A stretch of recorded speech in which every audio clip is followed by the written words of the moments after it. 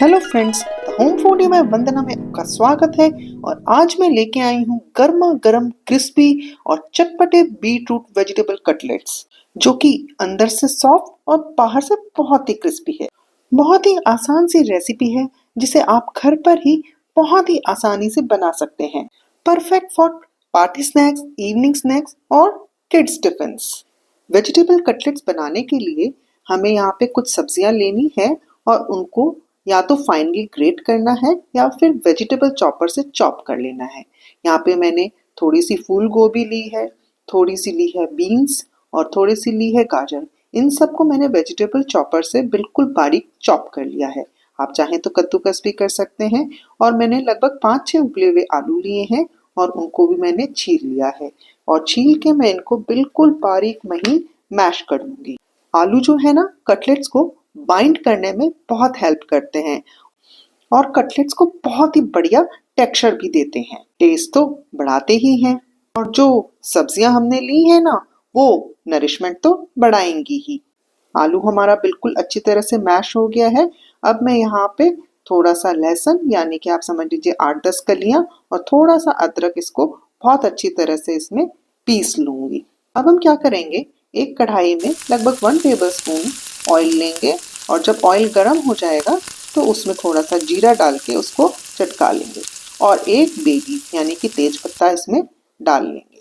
जब हमारा जीरा और तेज पत्ता अच्छी तरह से भुन जाएगा, तब हमने जो अदरक लहसुन को पीसा था उसको हम छौंक में डाल देंगे और इस लहसुन को भी अच्छी तरह से भून लेंगे। जब हमारा लहसुन भी लगभग भुनने में आ जाएगा, तब मैं इसमें थोड़ा सा नटमेग पाउडर और थोड़ा सा लौंग का पाउडर डालूंगी। आप चाहें तो तड़के में 4-5 लौंग भी डाल सकते थे और नटमेग को यानी कि जायफल को हल्का सा घिस करके भी डाल सकते थे। और अब इसमें मैंने थोड़ा सा कद्दूकस किया हुआ अदरक भी डाल दिया है। अगर आप लोग तीखा खाते हैं तो इस लेवल पे आप हरी मिर्च भी डाल सकते थे। और अब मैं यहाँ पे बारीक कटे हुए प्याज डालूंगी। अगर आप लोग लहसुन या प्याज नहीं खाते हैं तो आप अवॉइड भी कर सकते हैं। प्याज को हमें हाई फ्लेम पे ही भुनना है और इसको हल्का गुलाबी होने तक भुनना है। जब प्याज हमारे हल्के गुलाबी से हो जाएंगे, तब मैं उसमें एक एक करके बाकी की जो हमने बारीक काटी हुई या ग्रेट करी हुई सब्जियां हैं वो भी मिक्स कर देंगे। हमें ये सब्जियां और प्याज सभी हाई फ्लेम पे भुननी है। अगर हम सब्जियों को लो फ्लेम पे भुनेंगे तो क्या होगा, ये पानी रिलीज कर देते हैं यानी कि मॉइस्चर रिलीज कर देती हैं, जिससे कि फिर हमारे कटलेट्स की बाइंडिंग में दिक्कत आएगी। बस इनको भी हमें बस 1-2 मिनट ही और भुनना है। हमें ज़्यादा देर नहीं भुनना है। हमें इन सब्जियों का एक क्रंच मेंटेन करना है। बस 1-2 मिनट भुनने के बाद में हम इसमें बीट रूट जो हमने कद्दूकस कर लिया था वो भी डाल देंगे। साथ ही इसमें टेस्ट के अकॉर्डिंग नमक भी डाल देंगे। बीट रूट जो है ना, बहुत ही बढ़िया नेचुरल कलर और अर्दी फ्लेवर देता है, जो कटलेट्स को एक यूनिक टेस्ट और ट्विस्ट देता है। अब हम इसमें हमारे मैश किए हुए आलू भी मिला देंगे। बस 1-2 मिनट भुनने के बाद में हम गैस को भी ऑफ कर देंगे। मैंने यहाँ पे थोड़ा सा अदरक और डाला है क्योंकि मुझे क्रंच आता हुआ अदरक बहुत अच्छा लगता है कटलेट्स में, तो मैंने लास्ट में अदरक और एक्स्ट्रा डाल दिया है।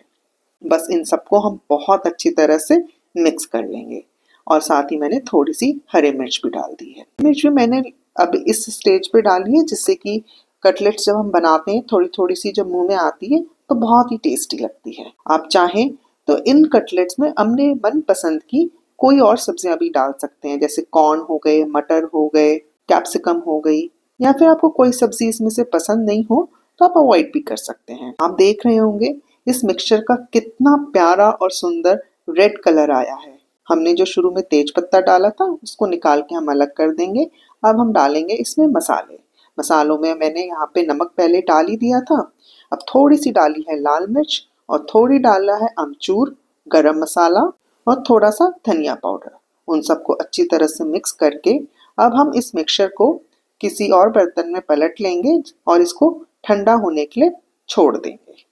जब ये मिक्सचर अच्छी तरह से ठंडा हो जाएगा, तब हम इसके कटलेट्स बनाएंगे। आप अपनी मनचाही शेप में कटलेट्स बना सकते हैं। अगर आपको कटलेट्स बनाते वक्त लगे कि मिक्सचर जो है थोड़ा मॉइस्ट है यानी कि ढीला है और कटलेट्स बनाने में दिक्कत आ रही है, तो आप चाहें तो इसमें थोड़े से ब्रेड क्रम्स या चिड़वे को पीस करके वो भी मिक्स कर सकते हैं।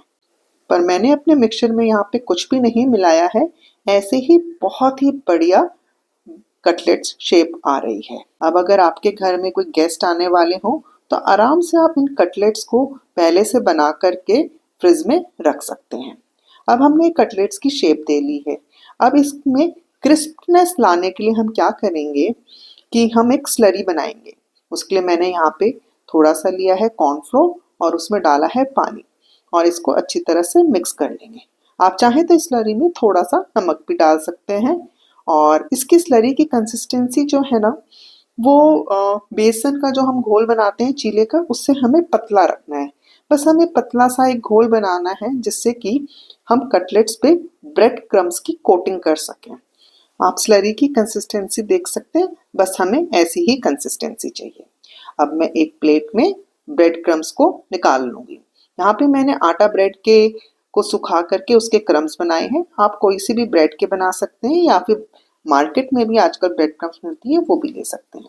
तो हम क्या करेंगे कि जो हमने कटलेट्स बनाए थे यानी कि उनकी जो शेप दी थी उसको पहले तो हम स्लरी में डिप करेंगे, फिर जो हमारे ब्रेड क्रम्स हैं उसके में कोट कर देंगे और एक्स्ट्रा क्रिस्पनेस देने के लिए हम क्या करेंगे इस कटलेट को दोबारा से स्लरी में डिप करेंगे और फिर इसको वापस ब्रेड क्रम्स की कोटिंग करेंगे। जब आप ये कोटिंग करें ना एक बात ध्यान रखिएगा कि जिस हाथ से आप ब्रेड क्रम्स कोट कर रहे हैं कटलेट्स पे उस हाथ पे आपका स्लरी ना लगी हो, नहीं तो क्या होगा आपके हाथ पे भी बहुत सारे ब्रेड क्रम्स लग जाएंगे और फिर आपको कटलेट्स पे कोटिंग करने में मुश्किल होगी। आप देख पा रहे हैं किस तरीके से मैं कोट कर रही हूँ। पहले मैं डिप कर रही हूँ स्लरी में, फिर फोक की सहायता से एक्स्ट्रा स्लरी को ड्रेन आउट कर दे रही हूँ और बस फोक से ही मैं इसको डाल दे रही हूँ ब्रेड क्रम्स में और सूखे हाथों से ही बस इसके ऊपर ब्रेड क्रम्स को लपेट रही हूँ। चारों ओर से एकदम अच्छी तरह से इसको लपेट देंगे और डबल कोटिंग करने से क्या होता है कि कटलेट्स में एक्स्ट्रा क्रिस्पनेस आ जाती है। हल्का से हाथ से प्रेशर देंगे, फिर से दोबारा इसमें स्लरी में डिप करेंगे और बस इसको फोक की सहायता से निकाल लेंगे। फोक से क्या होता है एक्स्ट्रा स्लरी वापस ड्रेन आउट हो जाती है और फिर बस इसको हम ब्रेड क्रम्स में डाल देंगे और कटलेट्स को फिर से ब्रेड क्रम्स में अच्छी तरह से चारों ओर से लपेट देंगे। इसी तरह से हम सारे ही कटलेट्स को बना के तैयार कर लेंगे, यानी कि स्लरी में डिप करके ब्रेड क्रम्स से कोट करके हम सारे कटलेट्स को एक बॉक्स में या प्लेट में इकट्ठा कर लेंगे। तो हो गया ना कितना आसान कि अगर गेस्ट आने वाले हैं तो पहले से ही सारी तैयारी करके रख सकते हैं और गेस्ट के साथ एंजॉय कर सकते हैं। तो इतने सारे मिक्सचर में आप देख सकते हैं मेरे कितने कटलेट्स बनके रेडी हो गए हैं। ये तो हो गई हमारी कटलेट्स की प्रिपरेशन यानी कि बाइंडिंग और शेप देने का काम हो गया। अब हमें इन्हें करना है फ्राई। अब मैंने क्या किया है फ्राई करने के लिए एक कढ़ाई में ऑयल गरम किया है। जब ऑयल मेरा मीडियम हॉट हो जाएगा तब मैं एक एक करके कटलेट्स को इसमें आराम से डालूंगी। हमें कटलेट्स को कढ़ाई में बहुत ज़्यादा ओवर क्राउडेड भी नहीं करना होता है, यानी कि कढ़ाई में एक बार में उतने ही कटलेट्स डालें जितने कि वो तेल में आराम से डिप हो सकें और उनको मूव करने के लिए हमारे पास जगह हो। अगर हम कढ़ाई में बहुत ज़्यादा कटलेट्स एक साथ डाल देंगे तो क्या होगा हमारे जो कढ़ाई का जो ऑयल है उसका टेम्परेचर एकदम से बहुत डाउन हो जाएगा और कटलेट्स में बहुत ज़्यादा ऑयल भर जाएगा जो कि खाने में बिल्कुल भी अच्छे नहीं लगेंगे। और कई बार क्या होता है कि कटलेट्स टूटने भी लगते हैं और क्रिस्पी भी नहीं बनते, इसलिए बहुत सारे कटलेट्स एक साथ में ना डालें। साथ ही आप ऑयल के टेम्परेचर का भी ध्यान ज़रूर रखें, यानी कि कढ़ाई में जो तेल है बहुत तेज गर्म भी नहीं होना चाहिए, नहीं तो क्या होगा ऊपर से तो लाल लाल दिखने लगेंगे लेकिन अंदर से कच्चे रह जाएंगे। और अगर बहुत ठंडा ऑयल होगा तो फिर कटलेट्स में वही बहुत तेल भर जाएगा और बिल्कुल क्रिस्पी नहीं बनेंगे। आपको गैस की फ्लेम को बीच बीच में कम ज़्यादा करते हुए तेल के टेम्परेचर को मेंटेन रखना होगा।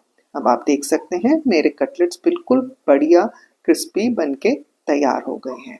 अब मैंने क्या किया है एक प्लेट में टिश्यू पेपर बिछा लिया है और उसमें एक एक करके सारे कटलेट्स को निकाल लूंगी। टिश्यू पेपर जो है ना, कटलेट्स का एक्स्ट्रा ऑयल को एब्सॉर्ब तो करता ही है, साथ ही में उनकी क्रिस्पनेस को मेंटेन रखने में हेल्प करता है। तो इन कटलेट्स को शैलो फ्राई भी कर सकते हैं या फिर इनको एयर फ्रायर में भी सेक सकते हैं। तो देखा आपने कितने बढ़िया क्रिस्पी बीटरूट वेजिटेबल कटलेट बनके तैयार हो गए हैं। ये देखने में जितने बढ़िया है ना, उतने ही खाने में भी टेस्टी हैं। बाहर से क्रिस्पी और अंदर से बिल्कुल सॉफ्ट। बच्चों के टिफिन्स के लिए भी बिल्कुल परफेक्ट है। फ्रेंड्स, अगर आपको इसमें एक सीक्रेट इंग्रेडिएंट ऐड करना हो जो इन कटलेट्स के टेस्ट को नेक्स्ट लेवल ले जाए, तो वो क्या होगा? मुझे कमेंट में जरूर बताइएगा। वही मेरा गेस तो चीज है, और आपका क्या है? अगर आप मेरे channel the home foodie by Vandana में नए हैं तो प्लीज सब्सक्राइब जरूर करिएगा, और रेसिपी अच्छी लगी हो तो एक लाइक भी कीजिएगा।